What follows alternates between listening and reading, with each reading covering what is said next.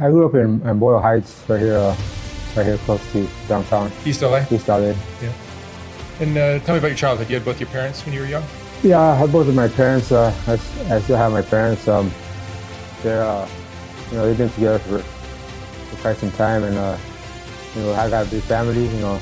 10 of us in my family. I'm pretty much the middle child. How would you describe your childhood? My father was kind of pretty strict. He believes in like hard work and doing the right thing. Somewhere along that line, I just kind of felt like a little kind of like left out because so many kids. I didn't understand that back then. But as I'm a little older now, I understand. How that came about. But I believe that kind of affected me in a way to why I started going out, and hanging out on the streets and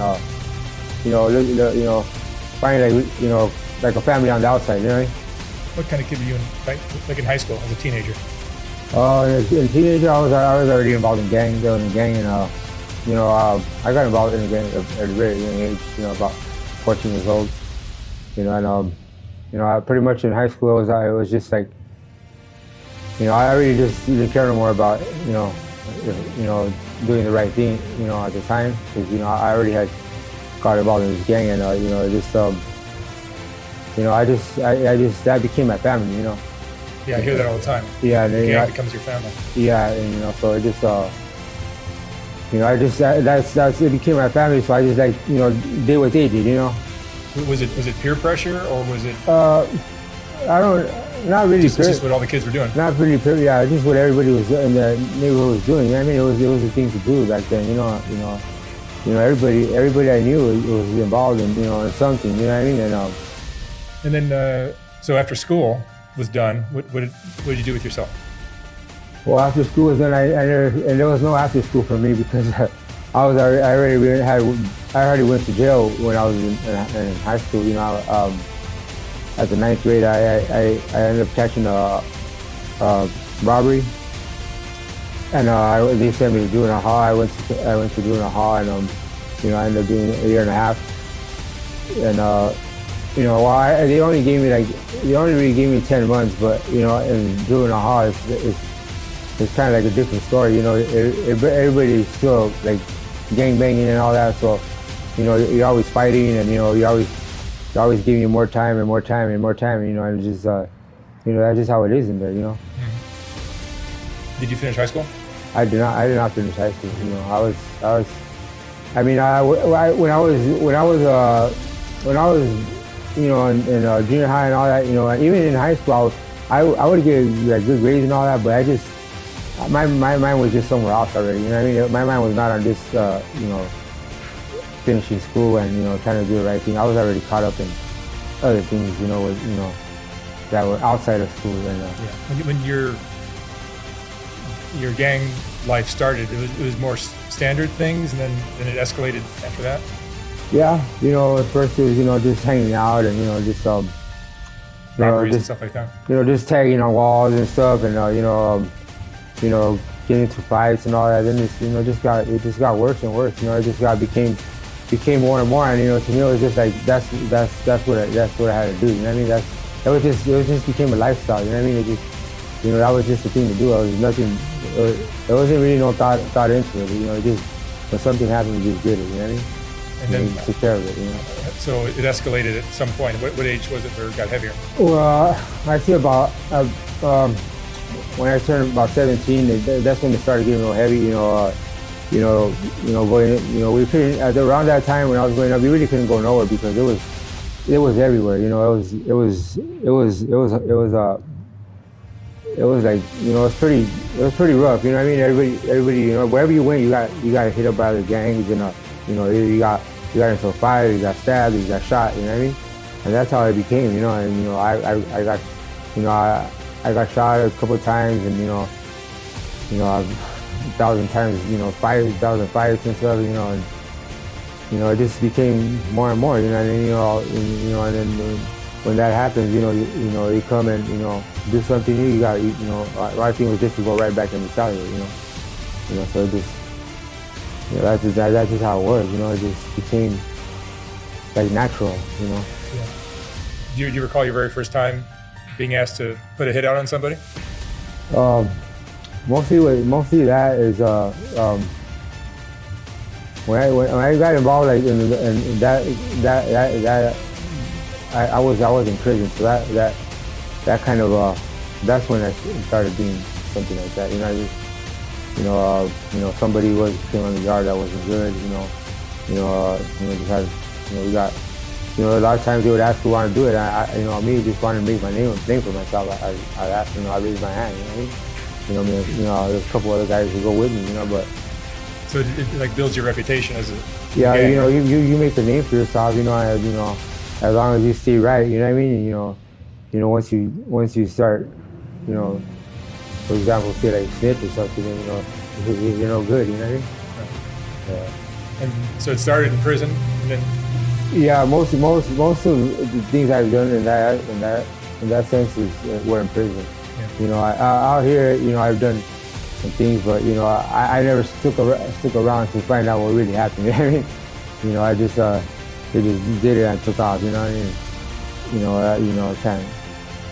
That was just the way to do things. And this could have happened anywhere: Arizona, Texas, Northern California. We're not going to be specific about where it was going on. Yeah, it just happened. Wherever it happened, it happened. Yeah, I don't want to get into details. How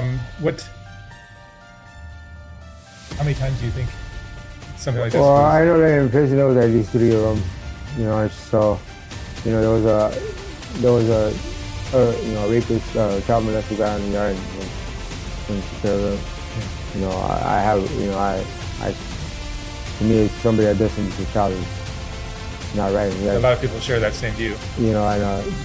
There's no forgiveness for that. Yeah, there's really no forgiveness for that. You know what I mean? And the other ones are just other guys that just messed up. They owe debts and they snitch or something. Or a snitch, And in prison, you don't have access to all the weapons that you would want, right? Well, not really, but you manage to make you improvise. Something. You improvise, and you be when you're in prison, you become it's kind of like a network. You start getting information from other people and stuff. You start learning how to do things that you really didn't know how to do. And you kind of become creative in a sort of sense. What's your first time? What weapon did you use? I use a homemade prison knife. A homemade knife? Yeah, homemade knife. It was just you alone, or do you have? No, usually it's like two or three people. Mm-hmm. Yeah, they want to when something like that, they want to make sure the person's on. Yeah. So it's. Did you ever get caught? Not really. I mean, I got caught once, but they couldn't prove it. Because I didn't have nothing on me. I didn't have no blood or nothing on me. So I did go. They sent me to the hole and all that. And you go to the committee and all that. But they have to still prove it at that court. Yeah. So you never did time for murder? No. Yeah. And then outside of prison, what kind of things did you do? Well, I used to do a lot of robberies. Did some home invasion, and just I have gotten I got kidnapped. I did get arrested for a kidnap. That was my last term that I done. I done a 10-year term, and luckily I got out because of the circumstances the kidnap was. I didn't get. They were trying to give me 25 years to life, but due to the circumstances, the way it happened, they offered me a deal, and they offered me a deal or take it to trial, and if I lost, I would have got life. But I knew the victim was going to go to trial, and so I thought the right thing for me was to take the deal. So I took the deal, and but the thing is, I got 2 strikes now, and So now you have to walk a very straight line. Yeah, you got to walk a straight line. You just can't. I can't just. I think about how things now. I sometimes some people say something, and I want to just snap, but I think about is that person really worth it now? You know what I mean? Now that I got kids, I just think am I going to replace my life in prison? Rather than be out here, for my kids. And I've done quite some time, and I'm just, I just I just don't really want to be in there for the rest of my life. Yeah. How old are you now? I'm 40 years old. How has this affected you emotionally to have done this kind of thing? Emotionally, you lose sleep over it? Yeah, I guess you say, these, you got those skeletons in the closet. You know what I mean? They kind of haunt you. I guess, after doing some things, I started, picking up drugs and stuff, getting high and stuff. I guess to just forget, and I never really thought about it like that at first. But I could see it now. You know what I mean? Sometimes, you just you want to quiet that voice. You know what I mean? Or quiet that thought. You know what I mean? And just I found that relief in just getting high. And just keeping it quiet. You know what I mean? And as a result, that also escalated. You know what I mean? And just became more and more and more. And And what was your drug? Heroin? I've done heroin and cocaine mostly. As a kid, I was smoking pot, drinking beer and stuff. You know what I mean? But that's after stuff started really happening. That's when the harder drugs came in. Because that the pot and the weed one just and then also just made me not care about what I did. I just when it had to be done, you just took care of it. What's your biggest regret in your life? My biggest regret is, I really don't kind of live out of regrets because I kind of learn off. I've come to learn off of the things I've done. You know what I mean? I think I've come to make better choices instead of just acting my first thought. You know what I mean? Yeah. So as far as regrets, I really can't think of a regret that I've had.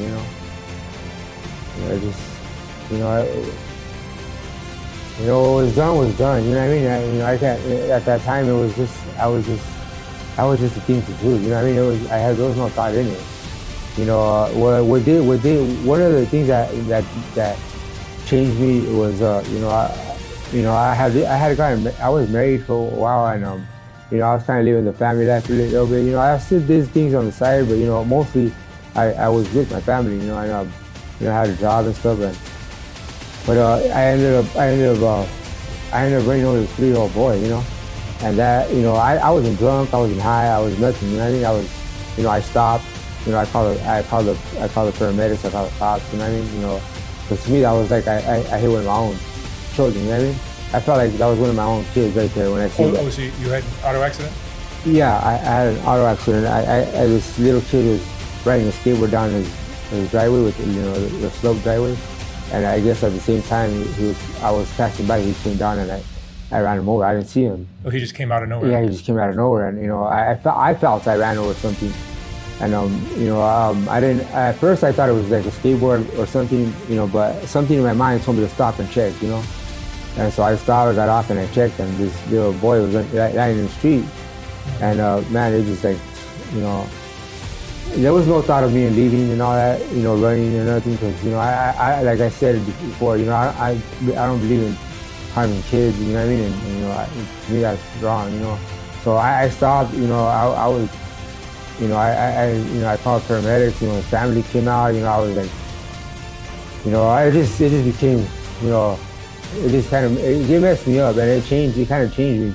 That's when I kind of started changing. I just like I really started thinking about life. You know what I mean? I started thinking about other people's lives and stuff. You know what I mean? I just I really I still talk to a lot of friends and stuff. I just don't have to do nothing no more. You know what I mean? I just I guess I've done my share. Yes, you have.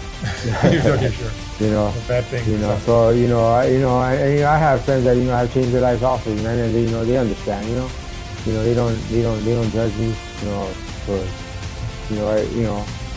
But yeah, so that when that accident happened to me, that just kind of messed me up, and just for a while I got a little bad, and just didn't like they to me they were telling me, oh, they ruled it as an accident, but to me I couldn't see it as an accident. You know what I mean? I took a little kid's life. You know what I mean?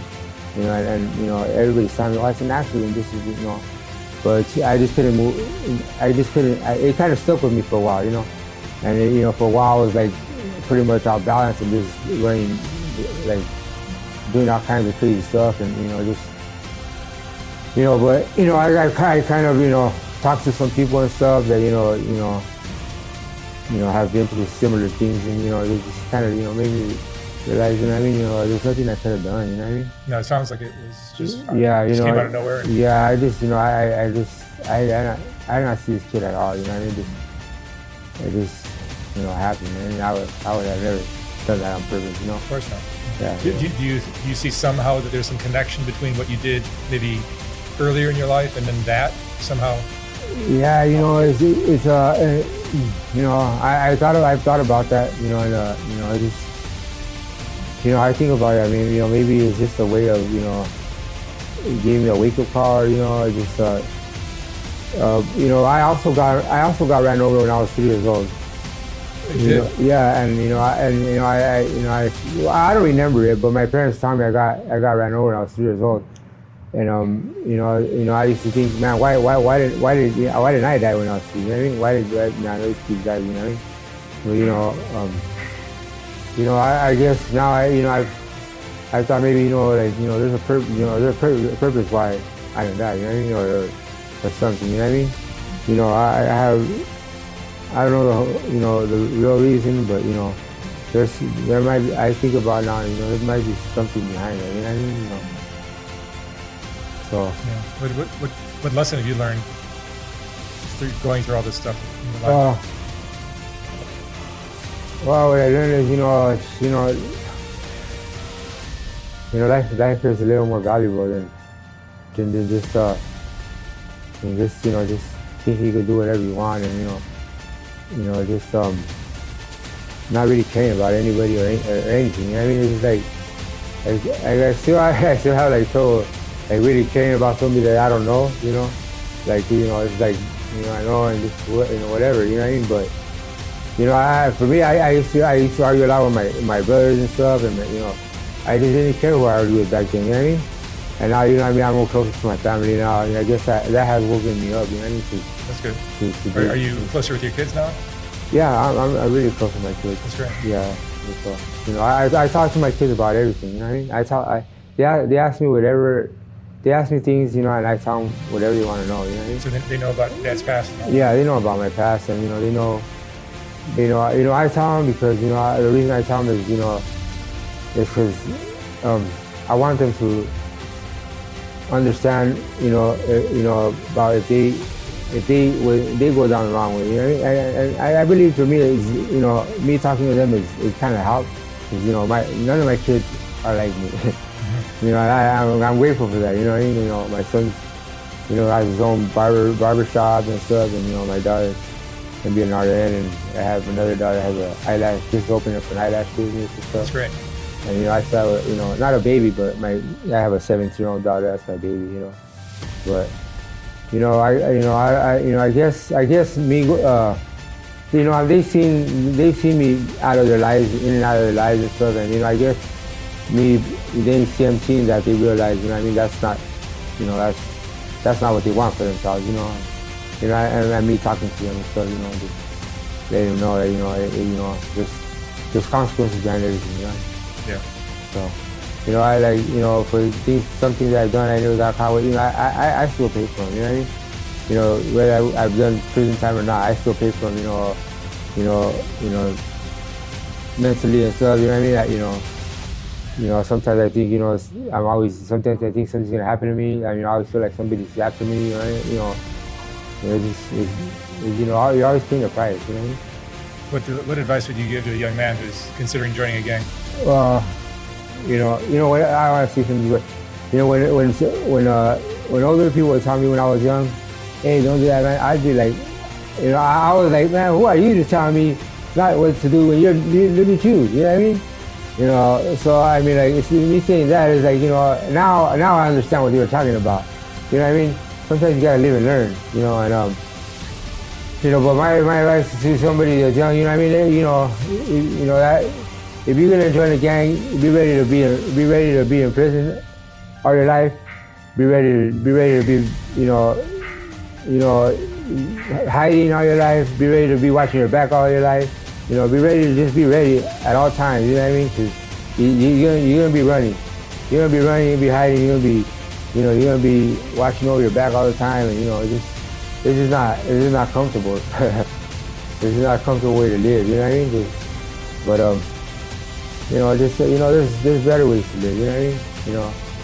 You know, I thank God I've gotten to learn a trade. You know, and some time that I was married. You know, and that now has helped me out. You know, a lot. What are you doing for work now? I'm a plumber. I'm a plumber by trade.